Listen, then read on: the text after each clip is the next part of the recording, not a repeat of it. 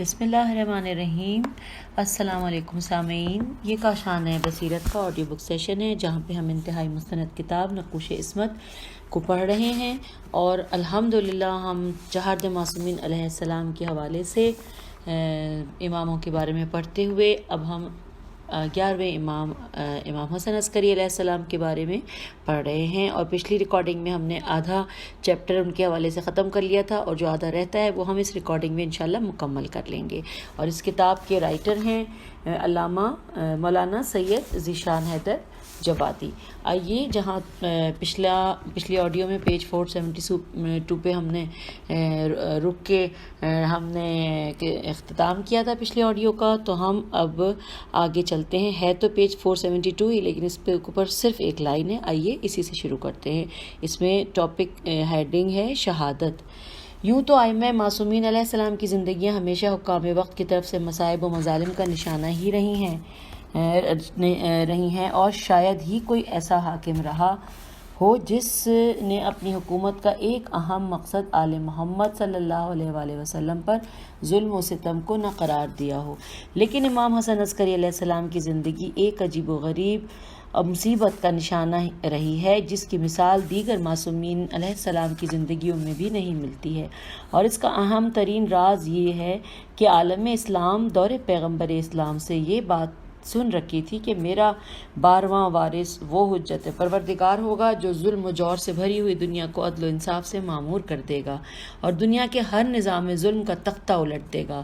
اس بنا پر حکام وقت ہر دور میں اس نقطے کی طرف متوجہ رہے کہ وہ مہدی دوراں منظر عام پر نہ آنے پائے۔ امام حسن عسکری علیہ السلام کے دور تک یہ اطمینان تھا کہ مہدی اولاد حسین کا نواں ہوگا، اور ابھی اولاد حسین کے 8 افراد پورے نہیں ہوئے ہیں، لیکن امام حسن عسکری علیہ السلام کا دور آنے تک ہر صاحب علم و جبر کو یہ اندازہ ہو گیا کہ اب وجود مہدی کا دور قریب آ گیا ہے، اور وہ انہی کی اولاد میں ہوگا۔ چنانچہ امام حسن عسکری علیہ السلام کی خصوصی نگرانی شروع ہو گئی، اور آپ کے گھر کے ساتھ وہی سلوک طے کر لیا گیا جو فرعون نے بنی اسرائیل کے ساتھ روا رکھا تھا، صرف اس خوف سے کہ وہ فرزند دنیا میں نہ آنے پائے جو فرعون کے تخت و تاج کو تباہ و برباد کر دے گا۔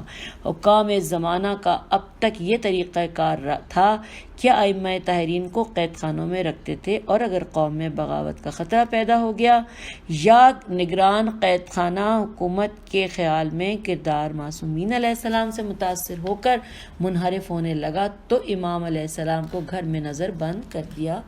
لیکن امام حسن عسکری علیہ السلام کے ساتھ برتاؤ میں حکام کی پریشانی یہ بھی تھی کہ قید خانے میں رکھیں تو وہی حشر ہوگا کہ تمام نگران زندان امام علیہ السلام کے کردار سے متاثر ہو جائیں گے، اور تقریباً سب ہی نے ظلم و ستم سے انکار بھی کر دیا۔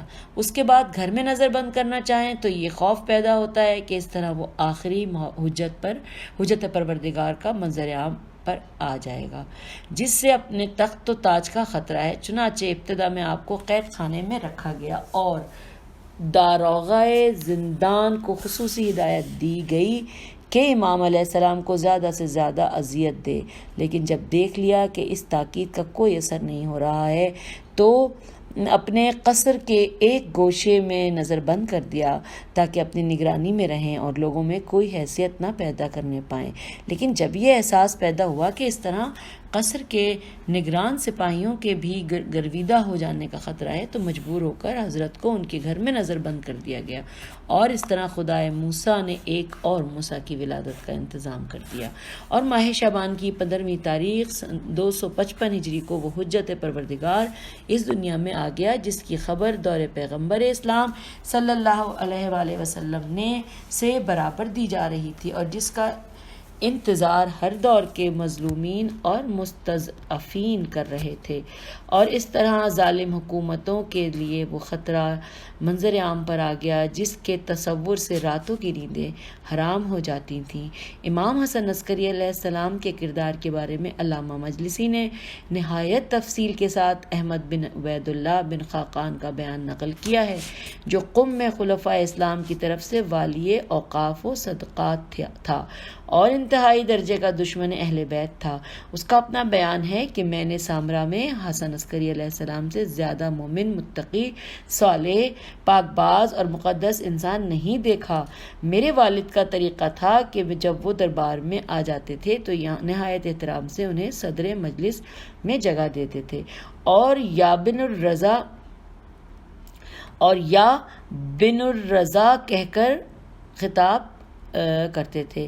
ان کی نگاہ میں حسن عسکری علیہ السلام کا مرتبہ خلفائے اسلام سے بھی زیادہ بلند تھا۔ چنانچہ ایک دن میں نے تنہائی میں اعتراض کیا تو فرمایا کہ فرزند، اس سے بہتر کوئی انسان دنیا میں نہیں ہے، اور خلافت بنی عباس سے نکل سکتی تو اس کے علاوہ کوئی اس کا حق دار نہ ہوتا۔ یہاں تک کہ ایک دن ان کی موجودگی میں خلیفہ وقت آ گیا تو جب تک انہیں دوسرے دروازے سے رخصت نہیں کر دیا، خلیفہ کی طرف توجہ بھی نہیں کی اور اس کا استقبال بھی نہیں کیا۔ میں نے ایک دن اتنا کہہ دیا کہ اگر یہ اولاد رسول صلی اللہ علیہ وآلہ وسلم میں ہیں تو ان کے بھائی جعفر بھی تو ایسے ہی ہیں، ان کا اس قدر احترام کیوں نہیں کیا جاتا؟ تو میرے والد نے بگڑ کر کہا کہ خبردار، ان کے ساتھ جعفر کا نام بھی نہ لینا، وہ ایک انتہائی بد کردار شخص ہے اور یہ ایک انتہائی مقدس اور پاکیزہ کردار شخصیت کے مالک ہیں، ان کا جعفر سے کیا مقابلہ ہو سکتا ہے؟ خلفائے اسلام کو انہی حالات سے پریشانی تھی، یہاں تک کہ معتمد نے آپ کو زہر دلوا دیا، اور جب یہ خبر عام ہوئی کہ امام علیہ السلام کی حالت غیر ہو رہی ہے تو فوراً اطباء کو علاج کے لیے طلب کر لیا اور زعما مملکت کے ساتھ 10 عدد علماء بھی جمع کر لیے جو اس بات کی شہادت دیں گے کہ یہ طبعی بیماری کے اعتبار سے مریض ہیں اور انہیں زہر نہیں دیا گیا ہے۔ چنانچہ ان لوگوں نے گواہی دے دی اور اس وقت تک وہاں حاضر رہے جب تک امام کی شہادت نہیں واقع ہو گئی، اور چونکہ آپ کے گھر میں صرف آپ کا غلام عقید اور آپ کی زوجہ جناب سیقل تھی، لہٰذا ان کا بھی شدت سے محاسبہ ہونے لگا کہ کہیں وہ فرزند پیدا ہو جائے تو تخت و تاج کو منقلب کرنے والا ہو، اور اس بات کی کسی کو اطلاع بھی نہ تھی کہ وہ حجت پروردگار 4 برس پہلے ہی اس دنیا میں آ چکا ہے۔ امام کے انتقال کے بعد جنازہ تیار ہوا اور بظاہر نماز جنازہ بھی ادا کر دی گئی، لیکن وارث کی تلاش برابر جاری رہی، یہاں تک کہ جعفر نے وراثت کا دعویٰ کیا اور میرے باپ کو 2 لاکھ دینار رشوت دینے کا بھی وعدہ کیا، لیکن انہوں نے یہ کہہ کر انکار کر دیا کہ امامت دولت سے نہیں ملا کرتی ہے، اس کے لیے کردار ضروری ہوا کرتا ہے۔ ابو الادیان کا بیان ہے کہ میں امام حسن عسکری علیہ السلام کی خدمت میں حاضر رہا کرتا تھا اور آپ کے خطوط لوگوں تک پہنچایا کرتا تھا۔ جب آپ نے آخری مرتبہ خطوط دیے تو آپ فرمایا کہ 15 دن کے بعد تم مدائن سے واپس آؤ گے تو اس گھر میں نالہ و شیون کی آوازیں بلند ہوں گی۔ میں نے عرض کی کہ آپ کا وارث کون ہوگا؟ آپ فرمایا جو خطوط کے جوابات طلب کر لے اور میری نماز جنازہ ادا کرے اور تم سے تھیلی کا مطالبہ کرے۔ میں خطوط لے کر رخصت ہو گیا اور 15 دن کے بعد واپس آیا تو معلوم ہوا کہ امام حسن عسکری علیہ السلام کا انتقال ہو گیا ہے۔ در دولت کے قریب پہنچا تو دیکھا کہ جعفر وارث بنے بیٹھے ہیں اور لوگوں سے پرسہ قبول کر رہے ہیں۔ میں ان کے کردار سے بخوبی واقف تھا، لہٰذا مجھے ان کی امامت کا خیال بھی نہیں پیدا ہوا، یہاں تک کہ جب جنازہ تیار ہو گیا اور وہ نماز کے لیے کھڑے ہوئے تو ایک کم سن فرزند نے ان کا دامن کھینچ کر پیچھے ہٹا دیا اور نماز جنازہ خود ادا کی اور پھر مجھ سے خطوط کے جوابات کا تقاضا کیا، تو مجھے معلوم ہو گیا کہ اب زمانے کے امام یہی ہیں، لیکن ابھی ایک علامت باقی رہ گئی تھی۔ تھوڑی دیر کے بعد خادم نے آ کر کہا کہ حضرت فرما رہے ہیں کہ تمہارے پاس ایک تھیلی بھی ہے جس میں 1000 اشرفیاں ہیں اور ان میں سے 10 پر صرف سونے کا ملمہ ہے۔ میں نے فوراً طے کر لیا کہ امام حسن عسکری علیہ السلام کے وارث یہی ہیں اور ساری امانتیں ان کے حوالے کر دیں، لیکن جعفر نے یہ صورتحال دیکھ کر معتمد کو خبر کر دی اور اس نے آپ کی اہلیہ محترمہ کو سخت نگرانی میں رکھا کہ اس کا فرزند کا پتہ بتائیں تو جو امام عسکری علیہ السلام کا وارث ہے اور چند سال قبل دنیا میں آ چکا ہے۔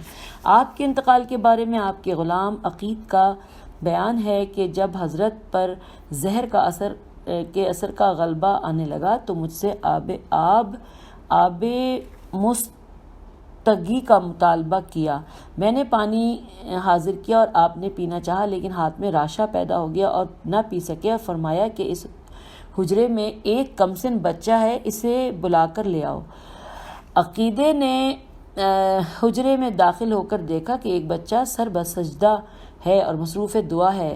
عقیدے نے سلام کیا اور عرض کی کہ آپ کو امام حسن عسکری علیہ السلام طلب فرما رہے ہیں۔ آپ نے جواب سلام دیا اور امام کی خدمت میں حاضر ہو گئے۔ امام نے فرمایا کہ فرزند مجھے پانی پلاؤ کہ اب میں اپنے رب کی بارگاہ میں جا رہا ہوں۔ انہوں نے آب مستگی پلایا اور آپ نے یہ خوشخبری سنائی کہ میرے بعد تم حجت خدا ہو، اور تمہارے بارے میں رسول اکرم صلی اللہ علیہ وآلہ وسلم نے یہ خبر دی ہے کہ میرے اس فرزند کا نام میرا نام ہوگا اور اس کی کنیت میری کنیت ہوگی۔ یہ کہہ کر آپ نے دار دنیا سے انتقال فرمایا۔ حکومت وقت اس امر کی طرف سے تشویش میں مبتلا تھی کہ کسی شخص کو زہر دینے کا اندازہ نہ ہو سکے، چنانچہ فوراً سرکاری طور پر سوگ کا اعلان کر دیا گیا، اور ادھر باطنی طور پر امام عصر نے جملہ امور تجہیز و تکفین انجام دیے، اور ظاہری طور پر حکومت نے اس کا اہتمام کیا، اور سامرا میں ایک قیامت برپا ہو گئی۔ جنازہ بیت الشرف سے برآمد ہوا تو ہر طرف ایک کوہرام برپا تھا، اور زن و مرد زار و قطار رو رہے تھے، یہاں تک کہ آپ کو پدر بزرگوار کے پہلو میں دفن کر دیا گیا۔ صاحب کشف الغمہ علی بن عیسیٰ اربلی نے اس واقعے کو نقل کیا ہے کہ ایک مرتبہ مستنصر باللہ سامرے کی زیارت کے لیے گیا، اور اس نے امام علی نقی علیہ السلام اور امام حسن عسکری علیہ السلام کے روضوں کو دیکھا، اور وہاں زائرین کا ہجوم اور عقیدت مندوں کا مجمع دیکھا، اور اس کے بعد اپنے بزرگان خاندان کی قبروں کی طرف گیا، جہاں نہ کوئی مجمع تھا نہ ہجوم، قبر پر خاک اڑ رہی تھی اور بعض قبروں پر جانوروں کی غلاظت پڑی ہوئی تھی۔ تو یہ منظر دیکھ کر بعض مخلصین نے حکومت نے عرض کی کہ حضور، یہ انتہائی حیرت کی بات ہے کہ اہل بیت کے مزارات پر اس قدر رونق ہے، اور آپ کے بزرگ جن کے ہاتھ میں ساری دنیا کا اقتدار تھا اور آج بھی ان کے خاندان میں حکومت ہے، ان کی قبریں اس طرح ویران پڑی ہوئی ہیں اور کسی طرح کی کوئی رونق نہیں ہے۔ کیا حکومت وقت اتنا بھی نہیں کر سکتی کہ ان کی قبروں کی آبادی اور رونق کا انتظام کر دے؟ تو مستنصر نے بے ساختہ جواب دیا کہ اس مسئلے کا کوئی تعلق حکومت اور اقتدار سے نہیں ہے، یہ ایک خدائی مسئلہ ہے۔ مرنے کے بعد کسی کا اقتدار نہیں رہ جاتا، مرنے کے بعد معاملہ رب العالمین کے ہاتھوں میں ہوتا ہے، وہ اپنے مخلص اور مقرب بارگاہ بندوں کی قبروں کو آباد بنا دیتا ہے، جو اس کی راہ میں منحرف ہوتے ہیں ان کی قبروں کو خرابہ میں تبدیل کر دیتا ہے، اس میں میرا یا تمہارا کوئی دخل نہیں ہے۔ حقیقت امر یہ ہے کہ مستنصر نے اس بات میں حق بر زبان آید کہ بموجب ایک بڑی عجیب و غریب حقیقت کا اعلان کر دیا ہے، اور دنیا کو اس امر کی طرف متوجہ کر دیا ہے کہ اگر مرنے کے بعد اپنی کوئی حیثیت، شخصیت اور عظمت چاہتے ہو تو اس کا راستہ حکومت اور اقتدار نہیں ہے، اس کا واحد راستہ تقرب الہی اور اخلاص عمل ہے، جس کے بغیر دنیا کا کوئی کام نہیں بن سکتا۔ اور یہی وجہ ہے کہ دور حاضر میں بھی جب کہ سعودی حکمرانوں نے جنت البقیع کے روضے منہدم کرا دیے اور اپنی دانست میں قبروں کو بے نشان بنا دیا ہے، عقیدت مند اور صحیح العقیدہ مسلمان ان کی قبروں کی زیارت کے لیے حاضر ہوتے رہتے ہیں، اور ایک اچھی خاصی رونق رہتی ہے، جبکہ حکومت کے پیش رو افراد اور مزارات بقیع کو منہدم کرنے والے حکمرانوں کی قبروں کا کوئی پرسان حال نہیں ہے، اور ایک نفر بھی عقیدت کے ساتھ سورہ فاتحہ پڑھنے والا نہیں ہے۔ سرکاری انتظامات کسی قدر بھی بلند کیوں نہ کر دیے جائیں، ان انتظامات سے شخصیت اور عظمت کا پیدا ہونا ناممکن ہے۔ ذالک فضل اللہ یؤتیہ من یشاء۔ اور یہاں پر اب اگلے ہیڈنگ کی طرف چلتے، ازواج و اولاد۔ علماء فریقین کے درمیان اس امر پر اتفاق ہے کہ آپ کی زوجہ محترمہ کا نام سہقل یا نرجس تھا، اور آپ کے صرف ایک فرزند تھے جن کا نام محمد اور کنیت ابو القاسم تھی، اور وہی آخری حجت پروردگار ہے جن کے حوالے سے آپ نے جملہ تبرکات امامت اپنے انتقال سے پہلے ہی کر دیے تھے اور انہوں نے ہی آپ کو وقت آخر پانی پلایا تھا، اور پھر انتقال کے بعد تجہیز و تکفین کے امور انجام دے کر جعفر کو ہٹا کر باپ کی نماز جنازہ ادا کی تھی، اور اس کے بعد غائب ہو گئے، اور حکومت لاکھ تلاش کرنے کے بعد بھی سراغ نہ لگا سکی، اور پروردگار نے اس طرح اپنے وعدے کو پورا کر دیا کہ وہ اپنے نور کو بہرحال منزل اتمام تک پہنچانے والا ہے، چاہے مشرکین کو کسی قدر ناگوار کیوں نہ ہو۔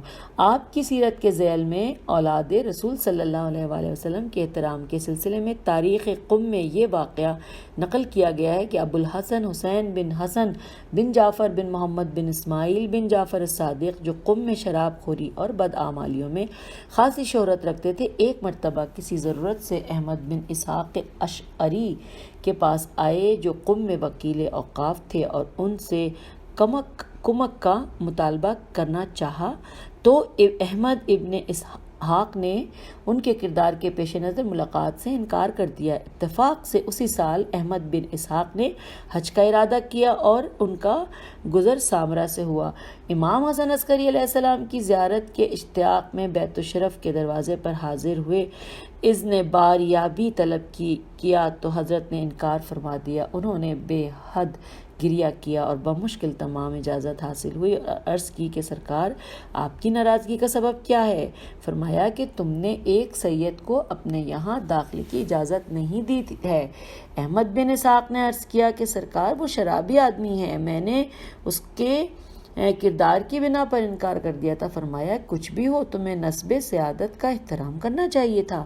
احمد بن اسحاق نے معذرت کی، اور اب جو وطن واپس آئے اور تمام لوگوں کے ساتھ حسین بن حسن بھی ملاقات کے لیے آئے تو سرقد کھڑے ہو کر تعظیم کی۔ حسین نے حیرت زدہ ہو کر اس تعظیم کا سبب دریافت کیا۔ احمد نے کہا کہ یہ امام حسن عسکری علیہ السلام کا حکم ہے کہ اولاد رسول کا اس رشتے کی بنا پر احترام کیا جائے، چاہے ان کا کردار کیسا ہی کیوں نہ ہو، وہ بہرحال رسول اکرم صلی اللہ علیہ وآلہ وسلم کی طرف نسبت رکھتے ہیں۔ یہ سننا تھا کہ حسین نے سر پیٹ لیا اور توبہ و استغفار کر کے تمام جام شراب توڑ کر پھینک دیے، اور مسجد میں مستقل طور پر معتکف ہو گئے اور اسی عبادت الہی کے عالم میں انتقال کر گئے۔ ایسے واقعات سے اکثر افراد کو یہ غلط فہمی ہوتی ہے کہ شاید نسب سیادت قانون شریعت سے بالا تر کوئی چیز ہے اور سادات کی خاطر ان کے جد کی شریعت کو بھی پامال کیا جا سکتا ہے، حالانکہ ایسا ہرگز نہیں ہے۔ واقعے کی نوعیت خود ہی بتا رہی ہے کہ یہ ایک خصوصی واقعہ ہے جس میں امام حسن عسکری علیہ السلام کو یہ معلوم تھا کہ اس احترام کے بعد حسین بن حسن راہ راست پر آ جائیں گے اور شراب خوری کو ترک کر دیں گے، اسی لیے آپ نے نسبت رسول اکرم صلی اللہ علیہ وآلہ وسلم پر زیادہ زور دیا، اور اسی نسبت کے احساس سے حسین بن حسن بھی میں انقلاب پیدا کر دیا۔ تو اس کا مطلب یہ تھا کہ عام افراد کا فرض ہے کہ وہ نسبت رسول اکرم صلی اللہ علیہ وآلہ وسلم کی بنا پر سادات کا احترام کریں، اور خود سادات کا فرض ہے کہ اپنی مقدس نسبت کا لحاظ کر کے کوئی ایسا کام نہ کریں جو اس نسبت کے شایان نشان نہ ہو اور رسول اکرم کے لیے باعث توہین یا سبب بدنامی نہ ہو۔ سامعین، یہاں پہ ہم نے ازواج اور اولاد کے بارے میں پڑھ لیا۔ اب اگلی ہیڈنگ جو ہمارے پاس سامنے ہمیں نظر آ رہی ہے وہ ہے اصحاب امام حسن عسکری علیہ السلام۔ اس بارے میں آپ کو پتہ ہے کہ ہم تمام ائمہ کے بارے میں اصحاب کا ذکر ہوتا ہے۔ آئیے اس کو پڑھتے چلتے ہیں، اور اس میں کل 3 اصحاب دیے ہیں، چلیے ان کو پڑھتے ہیں۔ ابو علی احمد بن اسحاق بن عبداللہ بن سعد بن مالک احوص الشعری، یہ سارا نام تھا، انتہائی موثق اور معتبر انسان تھے۔ امام جواد، امام ہادی اور امام حسن عسکری کے اصحاب میں تھے۔ ان کے خاندان میں نہایت اعلیٰ درجے سے محدث اور علماء پیدا ہوئے ہیں۔ خود ان کے بارے میں بھی امام نے کافی تعریف فرمائی ہے۔ یہ امام کے سفیر اور وکیل بھی تھے، اور انہیں امام زمانہ جل اللہ تعالیٰ فرجہ کی زیارت کا شرف بھی حاصل ہوا ہے۔ انہوں نے امام حسن عسکری علیہ السلام سے پارچہ کفن کا مطالبہ کیا تھا، تو آپ نے فرمایا تھا کہ گھبراؤ نہیں، تمہیں مل جائے گا۔ چنانچہ کرما شاہ کے راستے میں جب انتقال کیا تو امام نے اپنے خادم کافور و کفن دے کر بھیجا اور اسے تاحال عرض کے ذریعے وہاں پہنچا دیا، جہاں اس نے عالم مسافرت میں کفن دیا، اور اس کے بعد ساتھیوں نے نماز جنازہ ادا کر کے دفن کر دیا۔ دوسرے صحابی ہیں احمد بن محمد بن مطہر، انہیں امام حسن عسکری علیہ السلام کا صاحب کہا جاتا ہے، جو عام اصحاب اور تلامذہ سے بلند تر مرتبہ ہے اور ایک طرح کے مدار المحام کا مرتبہ ہے۔ چنانچہ امام حسن عسکری علیہ السلام نے اپنی زندگی کے آخری ایام میں اپنی والدہ گرامی کو حج کے لیے روانہ کیا تو احمد بن محمد کو سفر کا نگران قرار دیا اور فرمایا کہ اگر پیاس کے خوف سے لوگ واپس بھی ہو جائیں تو تم اپنے سفر کو جاری رکھنا، انشاءاللہ کوئی خوف کی بات نہیں ہے۔ تیسرے صحابی ہیں ابو سہل اسماعیل بن علی بن اسحاق بن ابی سہل بن نوبخت، بغداد کے بزرگ ترین علماء علم کلام میں تھے اور ایک طرح کی وزارت کے منصب کے مالک تھے۔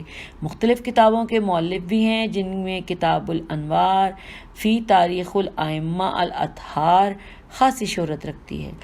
انہیں امام زمانہ جل اللہ تعالیٰ فرجہ کی زیارت کا شرف بھی حاصل ہوا ہے، اور جب منصور حلاج نے انہیں اپنی طرف دعوت دی کہ میں صاحب الامر کا وکیل خاص ہوں، تو انہوں نے جواب میں لکھا کہ اگر تمہیں یہ منصب حاصل ہے تو اس کا ایک ثبوت یہ دو کہ میری داڑھی کے بال سیاہ ہو جائیں اور مجھے خضاب کی ضرورت نہ پڑے۔ منصور نے اس مسئلے پر اپنی عاجزی کا احساس کر کے جواب سے گریز کیا، لیکن ابو سہل نے اس واقعے کو مسلسل محافل و مجالس میں نقل کر کے منصور کو ہمیشہ کے لیے رسوا کر دیا، اور اس کا دعویٰ بے بنیاد ثابت ہو گیا، ورنہ بہت سے افراد کے گمراہ ہو جانے کے امکانات پیدا ہو گئے تھے۔ اور یہاں پر اصحاب کے حوالے سے بات ختم ہوتی نظر آتی ہے، کیونکہ اگلی ہیڈنگ ہے بنی عباس۔ آئیے پڑھتے ہیں۔ تاریخ اسلام بنی امیہ کے مظالم سے بھری ہوئی ہے۔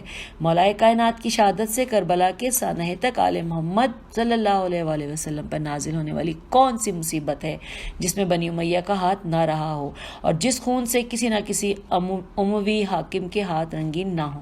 لیکن ان تمام مظالم کے ہوتے ہوئے بھی شاعر نے بنی عباس کے مظالم کا نقشہ ان الفاظ میں کھینچا ہے، انورٹڈ کاما میں ہے کہ خدا کی قسم بنی امیہ کے مظالم بنی عباس کے مظالم کے مقابلے میں عشر عشیرہ بھی نہیں ہیں۔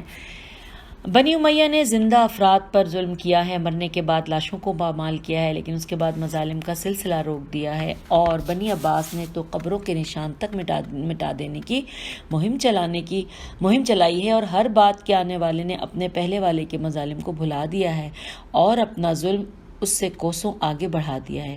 ابو العباس صفاح سے اس خون ریزی کا سلسلہ شروع ہوا اور منصور کے دور میں منزل کمال کو پہنچ گیا۔ جس عباسی حاکم نے تخت حکومت پر قدم رکھا، اس کا پہلا کام یہ تھا کہ اولاد رسول کو ستایا جائے اور ان کا نام و نشان تک مٹا دیا جائے۔ چنانچہ یہ ہوا کہ اولاد رسول نے مجبور ہو کر صدائے احتجاج بلند کی تو مزید ستم کا نشانہ بنے، انقلابات آئے، لیکن کوئی انقلاب کامیاب نہ ہو سکا، اس لیے کہ قوم میں اس مظالم کے مقابلے میں قیام کی طاقت نہ تھی، اور یہ صرف اولاد علی کا کلیجہ تھا کہ اس نشانہ ستم بنتے رہے اور ظلم کے خلاف آواز بلند کرتے رہے۔ ائمہ معصومین علیہ السلام نے ان سخت ترین مواقف میں اپنی خداداد صلاحیت کو بروئے کار لاتے ہوئے نہایت درجہ حکمت آمیز راستہ اختیار کیا۔ انہیں علم لدنی کے نتیجے میں مستقبل کی ناکامیابی کا علم تھا، لہٰذا وہ ان انقلابات کی ظاہری قیادت نہیں کرنا چاہتے تھے، لیکن دوسری طرف مظلومین کی حمایت کا فرض بھی پیش نظر تھا، اس لیے انہیں ظلم کے خلاف آواز بلند کرنے سے روک بھی نہیں سکتے تھے، اس لیے کہ ظلم کے مقابلے میں بالکل خاموش رہ جانا بھی خلاف اسلام ہے۔ چنانچہ آپ حضرات انقلابی جماعتوں کو ان کے انجام سے باخبر کرتے رہے، لیکن انہیں ان کے اقدامات سے مکمل طور پر منع نہیں کیا، بلکہ جب بھی ان کے اوپر کوئی نیا ستم ہوا تو اس کے خلاف خود بھی احتجاج کی آواز بلند کی اور انقلابی افراد کو تسکین قلب کا سامان فراہم کرتے رہے۔ چنانچہ عبداللہ بن الحسن پر منصور نے بے پناہ مظالم کے پیش نظر آپ نے انہیں ایک تاریخی تعزیتی خط لکھا ہے، جو ہر دور کے مظلوم کے لیے بہترین سامان تسکین و تسلیت ہے۔ تحریر فرماتے ہیں، آئیے اب ہم وہ خط پڑھتے ہیں۔ جی، بسم اللہ الرحمن الرحیم، فرزند صالح اور ذریت طیبہ کے نام۔ اما بعد، اگر انقلابیوں کے درمیان آپ اور آپ کے گھر والوں نے اس قدر مصائب برداشت کیے ہیں تو اس رنج و غم اور درود اور درد و مصیبت میں آپ تنہا نہیں ہیں. مجھے بھی ایسے تمام مصائب و شدائد کا سامنا کرنا پڑا ہے، لیکن میں نے ہمیشہ حکم خدا کے مطابق صبر و ضبط سے کام لیا ہے. اور پروردگار نے قرآن مجید میں متعدد مقامات پر صبر و تحمل کا حکم دیا ہے. اپنے رسول اکرم صلی اللہ علیہ وآلہ وسلم سے فرمایا کہ اپنے رب کے حکم کے لیے صبر کرو، تم ہماری نگاہوں کے سامنے ہو.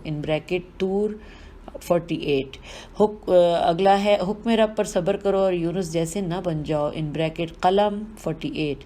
اگر ظالموں سے بدلہ لینا چاہو تو اس طرح انہوں نے ظلم کیا ہے، اسی طرح انہیں سزا دو، اور اگر صبر کر لو تو صبر زیادہ بہتر ہے. نحل 126. اگلا ہے اپنے اہل کو نماز کا حکم دو اور اس پر صبر کرو. ہم رزق سے طلبگار نہیں ہیں، رزق دینے والے ہیں، اور عاقبت صاحبان تقوی کے لیے ہیں. طٰہٰ 132. صابرین پر مصیبت پڑتی ہے تو ان اللہ کہتے ہیں اور انہی کے لیے صلوات و رحمت ہے، وہی ہدایت یافتہ ہیں. بقرہ 156. اگلا ہے صابرین کو ان کے صبر پہ بے حساب اجر ملے گا. زمر 10. لقمان نے اپنے فرزند کو وصیت کی، مصائب پر صبر کرو کہ یہ مستحکم امور میں سے ہیں. لقمان 17.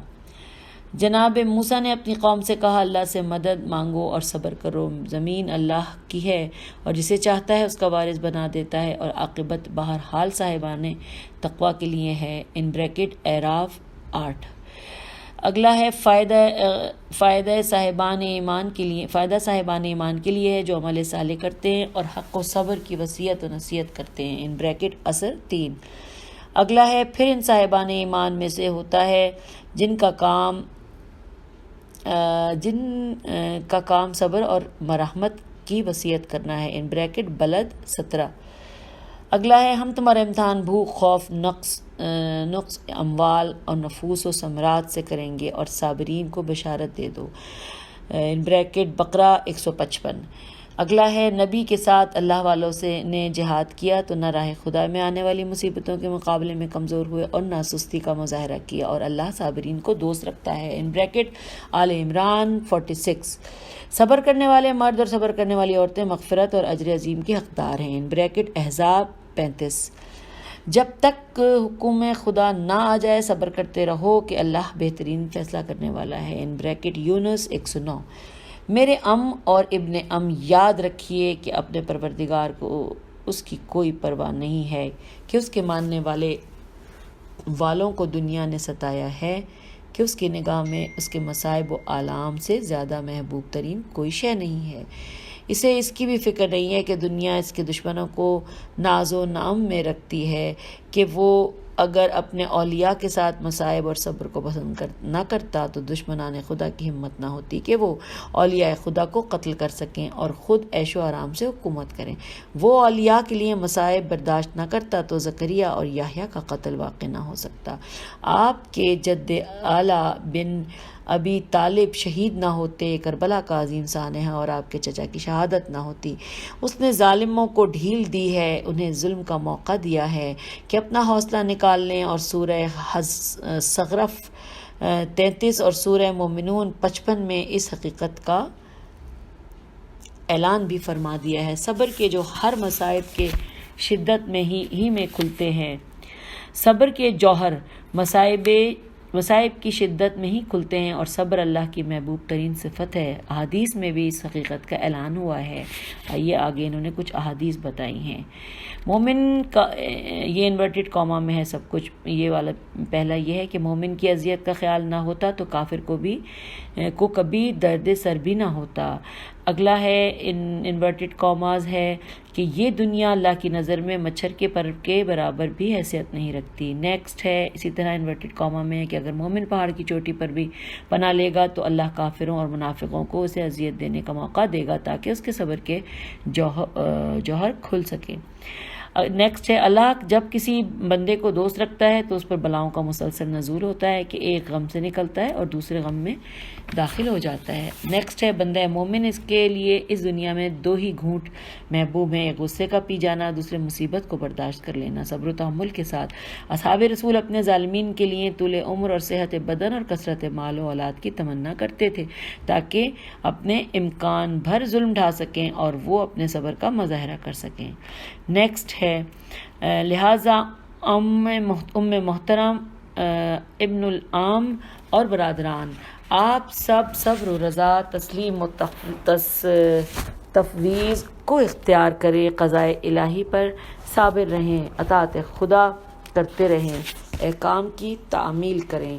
اللہ ہم کو اور آپ کو صبر بے حساب عطا کرے اور انجام بخیر کرے اور اپنی قوت و قدرت سے ہر ہلاکت سے نجات دے۔ وہی سننے والا ہے اور وہی بندے سے قریب تر ہے۔ اللہ اپنے مصطفیٰ بندے حضرت محمد مصطفیٰ صلی اللہ علیہ وآلہ وسلم اور ان کے اہل بیت پر رحمت نازل فرمائے۔ ان بریکٹ میں لکھا ہے بہار الانوار 47۔ اس خط سے اس صورت حال کا مکمل اندازہ کیا جا سکتا ہے کہ جس سے اولاد علی کے گزر رہی تھی، اور یہ بھی معلوم کیا جا سکتا ہے کہ ائمہ معصومین اور مظلومین اور مستضعفین کے حالات سے بے تعلق یا انقلابیوں سے بیزار نہیں تھے۔